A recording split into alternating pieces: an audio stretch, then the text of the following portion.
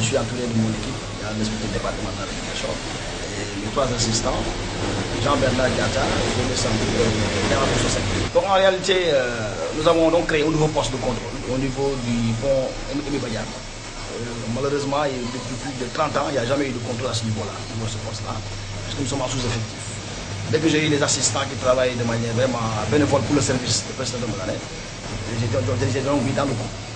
Et heureusement, justement, mes assistants m'ont permis quand même de découvrir qu'il y avait un trafic d'œufs qui s'est réalisé au niveau de la région, des œufs en provenance de Dakar, qui venaient jusqu'à Ziguinchor sans aucune pièce sanitaire. Aucune pièce, rien du tout, rien. Aucune analyse microbiologique, aucune analyse organoleptique, il n'y a rien du tout. Aucun laissez-passer sanitaire.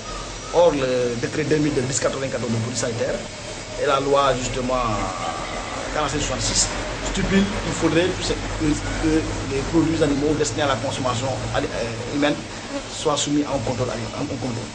Malheureusement, la région de Ziguinchor est approvisionnée depuis des années par des œufs de consommation en provenance de Dakar sans aucun contrôle sanitaire, ce qui est un risque de santé publique avéré pour les populations. Voilà pourquoi nous avons procédé avec les services de commerce, avec la gendarmerie, à une interpellation de CCD du début. Les œufs ont été saisis et actuellement nous avons procédé à des analyses. D'autres parties, d'autres échantillons seront envoyés pour des analyses complémentaires dans les laboratoires beaucoup plus sophistiqués. Voilà, nous sommes actuellement à une valeur de 48 500 œufs de consommation, ce qui représente en réalité plus de 1600 tablettes. Vous voyez. Et dans les emballages, il y a même une fraude au niveau de les emballages, parce que dans les emballages, il est indiqué œufs pour la couvaison. Vous voyez, il y a une fraude. Et ça, le commerce est en train de régler également cette partie-là. Donc, les œufs pour la couvaison ne sont pas destinés à la consommation humaine, ils sont consommés à donner des poussins dans les couvoirs. Ouais, donc il y a déjà un problème d'emballage.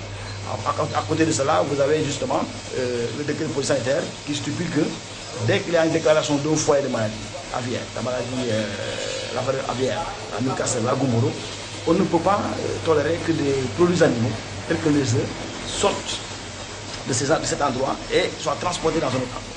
Il n'y a pas la maladie. Donc la seule pièce qui nous permet de déterminer que ces œufs proviennent de faits non infectés, c'est le laissez-passer sanitaire. Et malheureusement, pour ce commerce, ils viennent sans ce papier-là. Voilà, donc les œufs, après analyse, si toutefois là, ils sont aptes à la consommation humaine, il y a deux possibilités. Nous pouvons les donner à des œufs qualitatives, à défaut, nous pouvons les restituer à ces commerçants, si toutefois ils se conforment à toutes les normes que le service du commerce va éviter, mais également au niveau de l'élevage. Dans ces conditions, on peut justement donner quand même le produit. Mais si toutefois ils ne se conforment pas, nous passons à la restitution aussi, c'est possible, ou à la donation. Voilà, actuellement, ils sont au niveau du service régional de commerce, pour également, parce qu'ils ont été convoqués, pour se conformer justement à la loi. Voilà, ils sont au nombre de 4.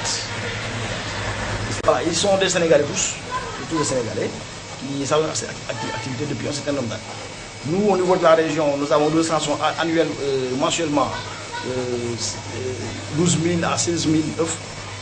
Nous n'avons pas l'information qu'il y avait cette pratique. Donc ce qui fait que nous sommes, les statistiques que nous avions étaient des statistiques qui étaient en deçà de la véritable consommation en œufs. Et c'est sur cette base que nous pouvons proposer des projets structurants au niveau de la filière avicole.